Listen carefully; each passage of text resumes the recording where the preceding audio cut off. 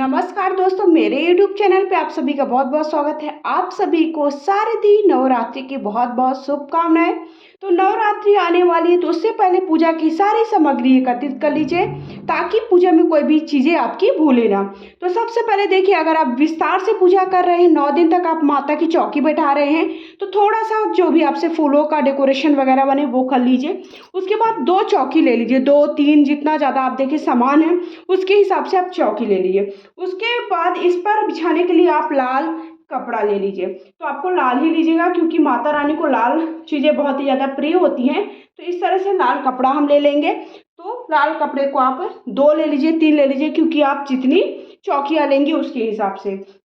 उसके बाद आप इस तरह से मेरे पास देखिए माता रानी की इस तरह से एक मूर्ति है। तो आप मूर्ति भी ले सकते हैं, फोटो भी ले सकते हैं, जो आप रखना चाहते हैं, जो आपके पास माता का स्वरूप हो वो रख लीजिए। आपके पास अगर उनका विग्रह रूप है तो वो भी रख सकते हैं। तो इस तरह से माता की एक मैंने मूर्ति रख ली है। साथ ही साथ फोटो भी मैं दिखा दे रही हूँ आपको। फोटो भी अगर इस तरह से आपके पास फोटो है तो वो भी रख सकते हैं। तो माता की फोटो मूर्ति जो भी आपके पास है वो ले लीजिएगा। तो इस तरह से देखिए ला करके पहले से रख लीजिए ताकि कोई भी चीज़ें आपकी भूले ना। फिर उसके बाद देखिए, आप दुर्गा सप्तशती का पाठ, दुर्गा चालीसा का पाठ जिसका भी करना चाहते हैं वो आप रख लीजिए, उसकी किताब रख लीजिए। और कई लोग दुर्गा सप्तशती का पाठ करते हैं तो वो भी आप वहाँ पर ही पूजा की जगह पर ही रख लीजिए। आप चाहें तो देखिए, अगर आप गणेश जी की स्थापना कर रहे हैं तो आप गणेश जी अलग से रख लीजिए, नहीं तो आप कलश में भी गणेश जी रहते हैं, आप उनका भाव लेकर के कलश की स्थापना कर रहे हैं तो उसमें भी गणेश जी रहते हैं, तो आपको अलग से करने की आवश्यकता नहीं है। आप चाहें तो कर सकते हैं, जो भी आपके मंदिर में गणेश जी हैं। अगर नहीं है तो आप इस तरह से देखिए, ये इस तरह से मौली लपेट करके भी आप सुपारी से गणेश जी बना सकते हैं। उसके बाद आप किसी भी पूजा में ये अनिवार्य होता है तो आप सिंदूर ले लीजिए। सिंदूर माता रानी को लाल सिंदूर बहुत ज़्यादा प्रिय है। अक्षत ले लीजिए और हल्दी ले लीजिए। किसी भी पूजा में ये तो अनिवार्य ही होता है। उसके बाद हमें क्या करना है,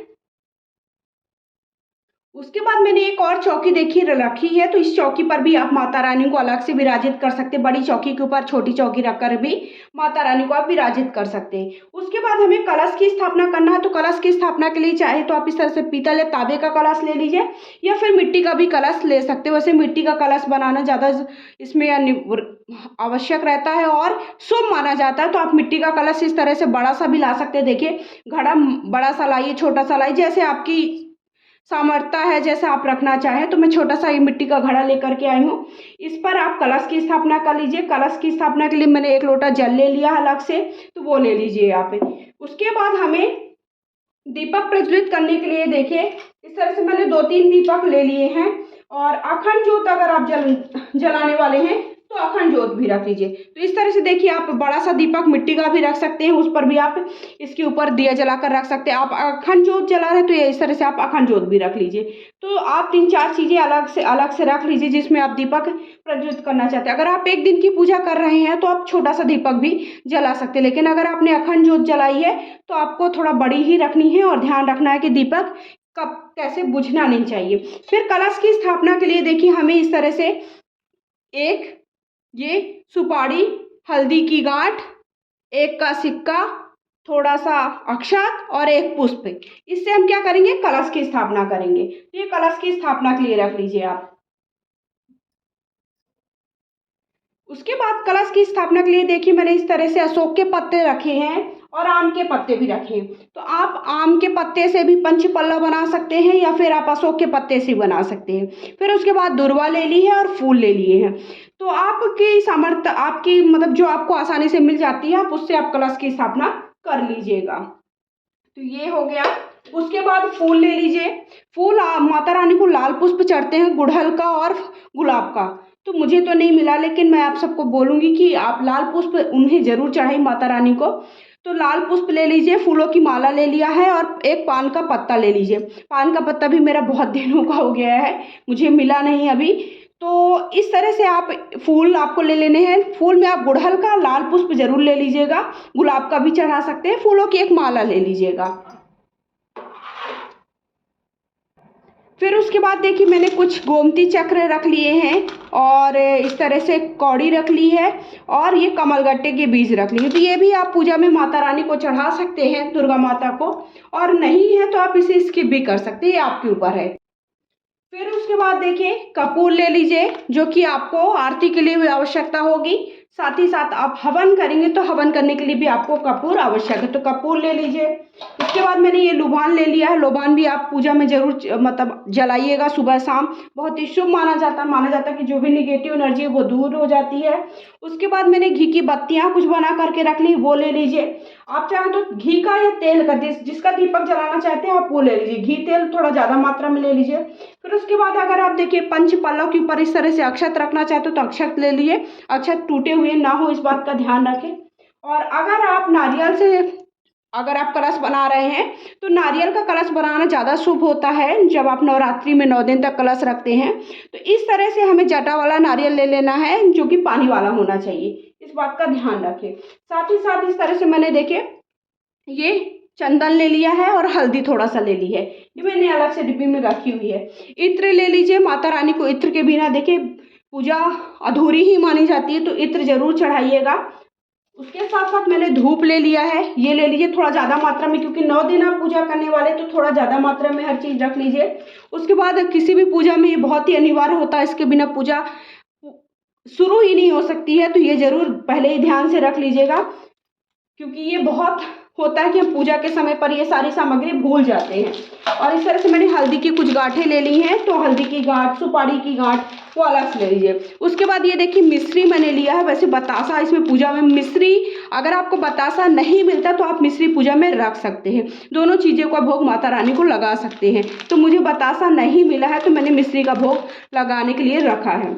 उसके साथ साथ इस तरह से 2 ये ले लीजिए, आप सूत ले लीजिए और मौली ले लीजिए। इसके बिना भी पूजा कंप्लीट नहीं मानी जाती है, तो ये सारी सामग्री आप पहले से रख लीजिए ताकि कोई भी चीज़ें आपकी भूल ना जाए, क्योंकि ऑन टाइम पर हमें ऐसा होता है कि हमें चीज़ें भूल ही जाती हैं।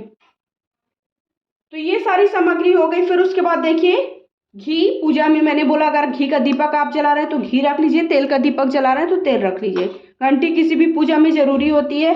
उसके बाद इस तरह से लौंग और इलायची, जोड़े वाली लौंग और इलायची बहुत सारी मैंने ले ली है, क्योंकि आप इसका हवन भी करेंगे तो हवन करने के लिए भी चाहिए होगा। साथ ही साथ माता रानी को भोग लगाने के लिए भी 9 दिन चाहिए होगा।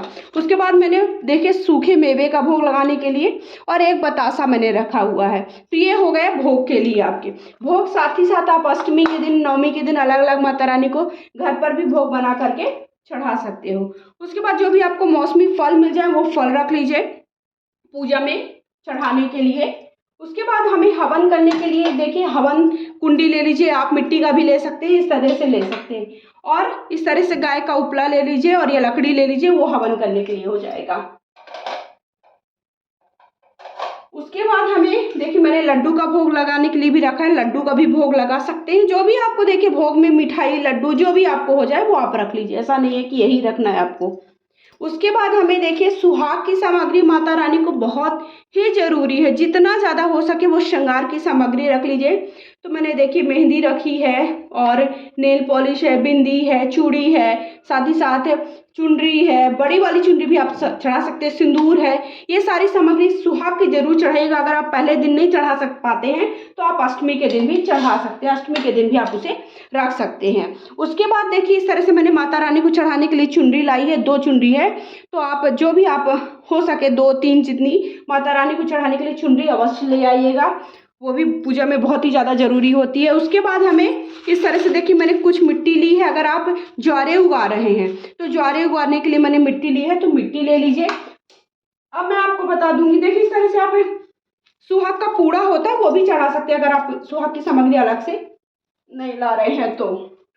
फिर देखिए आपको अब हमें क्या करना है कि अब थोड़ा वीडियो बड़ा हो रहा है क्योंकि बहुत सारी सामग्री है तो वो बताने के लिए। फिर अब आप हमें क्या करना है, सबसे अनिवार्य चीज़ है कि अगर आप ज्वारे उगाएंगे तो कैसे उगाएं, यथासंभव दक्षिणा ले लीजिए जो भी, क्योंकि पूजा में भूल चूक के लिए दक्षिणा हमें अवश्य चढ़ानी चाहिए। अब मैं आप सबको बता दूंगी कि देखिए मैं इस पर बता रही हूँ आप सबको कि ज्वारे कैसे उगाना। ज्वारे उगाने के लिए एक मिट्टी का वैसे लिया जाता है बर्तन, मिट्टी का बर्तन ले लीजिए, या फिर इस तरह से आप देखिए किसी में भी ज्वारे उगा सकते हैं। मैं ये बांस की एक टोकनी ली हूँ और आपको अच्छी मिट्टी ले लेनी है, सही जगह की, साफ़ सुथरी जगह की। आप गमले की भी ले सकते हैं या फिर कहीं नदी तालाब के किनारे की भी मिट्टी ले सकते हैं। तो सबसे पहले आपको इसका पूजन कर देना है। इसमें गंगा जल पूजा में अनिवार्य रूप से रख लीजिएगा। तो पहले हमें क्या करना है, थोड़ा सा मिट्टी इसमें डाल देना है। मिट्टी डालने के बाद हमें ज्वारे इस पर डाल देना है। तो ये देखिए अभी क्या क्या चाहिए, हमें ज्वारे चाहिए है, या फिर आप देखिए कई लोग 7 प्रकार के अनाज भी चढ़ाते हैं, तो आप 7 प्रकार के अनाज भी या फिर गेहूं भी आप डाल सकते हैं। फिर उसके बाद हमें चुनरी में जो हमारा श्रीफल है उसमें लगाने के लिए चुनरी ले लीजिए छोटी सी। और अंत में हमें ये चाहिए है आरती दीपक जलाने के लिए कॉटन ले लीजिए, रुई ले लीजिए। इस तरह से हमें पूजा की इतनी सामग्री, अगर आप नवरात्रि के 9 दिन माता रानी का अगर आप बैठा रहे हैं तो इतनी सामग्री हमें पूजा की आवश्यकता होने वाली है। आई होप आप सबको सारी जानकारी मिल गई, सारी बातें समझ में आ गई हैं। कुछ और पूछना चाहते हैं तो प्लीज़ कमेंट बॉक्स में जाकर के ज़रूर पूछिएगा। अगर वीडियो थोड़ा भी पसंद आए तो वीडियो को लाइक शेयर करिए। जल्दी आप सबको मिलेगा कि पूजा की विधि क्या है, पूजा कैसे करनी है, 9 दिन माता रानी की पूजा कैसे करनी, सुबह शाम की पूजा कैसे करें, सारी जानकारी आप सबको वीडियो जल्दी चैनल पे मिल जाएगा। वीडियो पसंद आया तो जय माता रानी अवश्य लिखिएगा।